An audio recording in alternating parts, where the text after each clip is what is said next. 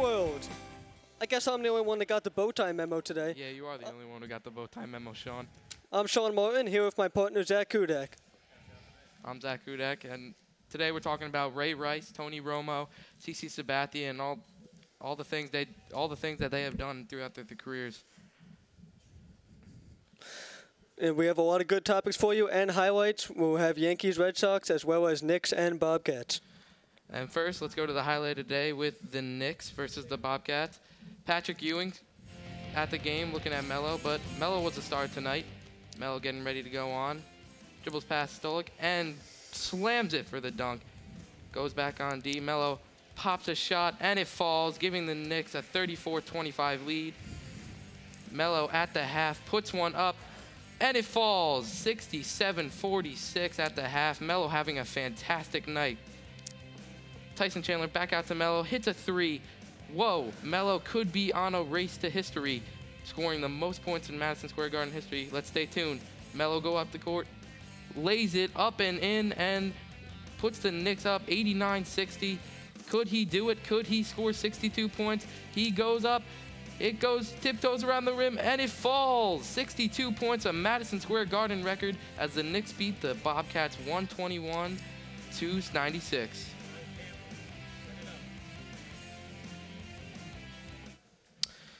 Well, first we're going to talk about Ray Rice. His 2-game suspension, is it enough?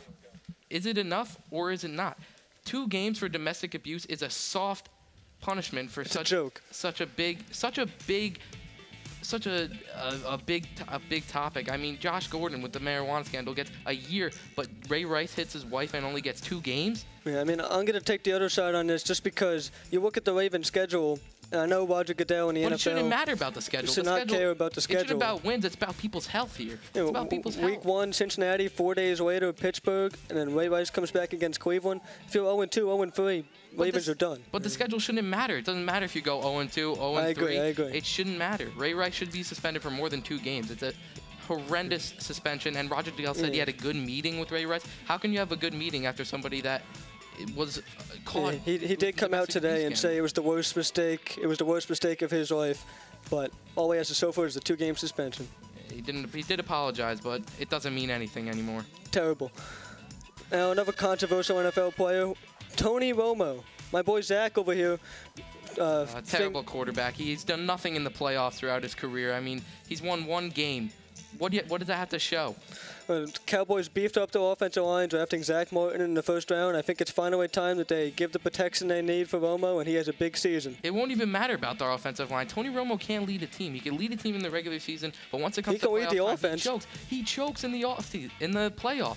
I mean, during the regular season, you could be the best player. You got to get to the playoffs first. You could be the best player in the offseason, in the regular season, but it doesn't matter. Playoffs is what makes you go into the Hall of Fame. It takes a defense to get to the playoffs. Cowboys got better on defense. It took a big hit yesterday.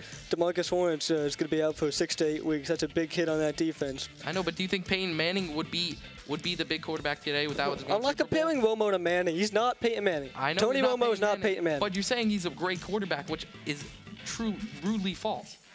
He is a good quarterback. Come on, man. Going from 8-8 records with Tony Romo, a 1-2-1 record for the U.S. soccer team in Brazil. Although it is mediocrity in the Americans' eyes, it should be applauded. It's a great record. It exceeded the expectations in the group of death. We beat Portugal. We didn't beat Portugal. We tied Portugal. We went to the line with Germany, and we beat Ghana, the kryptonite of the United States.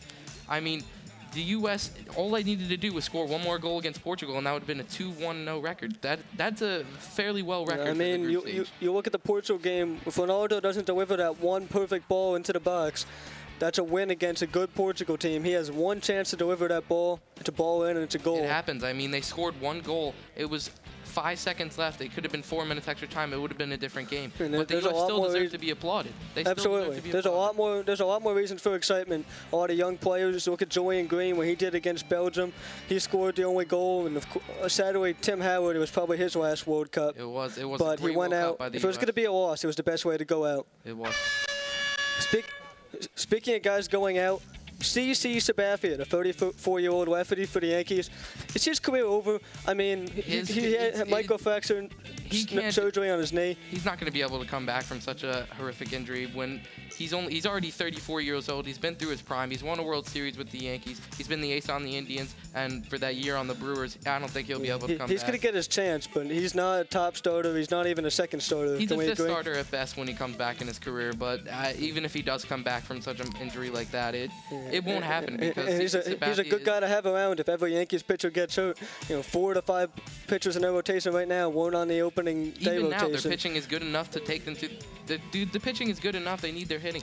CC Sabathia won't get that much of another chance with the Yankees. Yeah, I hope he does, but we'll have to watch CC Sabathia, him and Masahiro Tanaka like we've done for the rest of this season with the Yankees. 100% agree. Tanaka's the new face of the Yankees. CC is out. If he can stay healthy, absolutely. Yeah. All right, moving into our highlight of the day, this just in, the New York Yankees and the Boston Red Sox playing at Yankee Stadium, and Ichiro Suzuki is going to track down this ball, dives and makes a great catch. You're going to want to take another look at this one. Reaching out, full extension, makes this grab, holds the Yankees lead, and then later, Kelly Johnson extends that lead with a 2-1 home run to right field, deep into the night. It's 3-0 Yankees. Next batter, same result. Brett Gardner. See ya. Yankees go up 4-0. Gardner running around the bases. It was his 7th home run of the season. They went on to win with Vidal Nuno on the mound. Yeah, remember when he was in the rotation? 6-0 against their rival, the Boston Red Sox. Well, you just saw it. In all across sports, you would be troubled to find a slower moving game than the Red Sox and Yankees. But now basketball? That's where I draw the line. Only 8 states currently have a shot clock in high school basketball. I attended high school in Point Pleasant, New Jersey. I witnessed one of the best girls' basketball teams in the state. At the time, I thought the lack of shot clock in Garden State hoops was great. And why wouldn't I? We were the team that could milk the clock in seemingly every game. However, I no longer feel this way. It's time for a shot clock. The end of games will be, well, watchable now, and it will prepare players for future levels. Make it 30, 45, or 60 for all I care, but get it in the game. As much as I enjoyed the winning ways of my high school team, the end of games would be so boring watching stars like Kelly Hughes, one of the best players in the state, not continue to show off her skills, but rather hold the ball while the clock runs down. Boring. I asked Kelly recently if she would have preferred a shot clock, and she was totally in favor. Even winning players want shot clocks. So isn't it time to get time? I 100% agree with you, Sean. Shot clocks would make the game a better atmosphere. I mean, do you see high school games with 50 points, 40 points. I mean, games could be higher scoring. Players could show their ability in smaller towns. I mean, it's such a great idea just to have a shot clock in there. Well, from basketball to baseball, Joe Torre is a respected name in the game of baseball. For over 4 decades as both player and manager. Of course people know what he did with the Bronx Bombers, leading the New York Yankees to 6 World Series, winning 4. His name is said in the same sentence next to Bobby Cox and Tony La Russa in the Hall of Fame. The difference between Torre and the other great managers of all time, they worked for their titles. Torre was handed them on a silver platter. Yankee owner George Steinbrenner could have hired anyone, but he went with Torre, a manager that failed with the Mets, failed with the Braves, and Cardinals. Did Steinbrenner think he was going to compete with Torre as manager? No. The boss knew his team was good enough to win with a mediocre manager, and Torre was just that. Without Steinbrenner, Torre would not be the decorated Yankee he is today, would not be the vice president of baseball operations, and would definitely not be a Hall of Famer. I mean, you look at all the managers the Yankees had before Torre, and then you see Torre come in, and they're the top of the baseball world. That's all the time I have for that. I understand that we have a birthday in the house today, out in the truck. Shout out to Bob Stack. Happy birthday to him. And remember, shot clocks, get them in the game. High school basketball, we need them.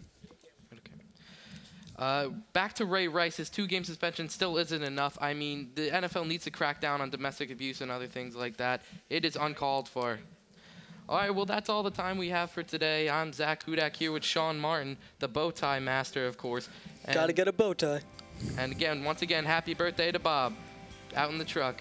Thank you, everybody. Wear a bow tie. Do it.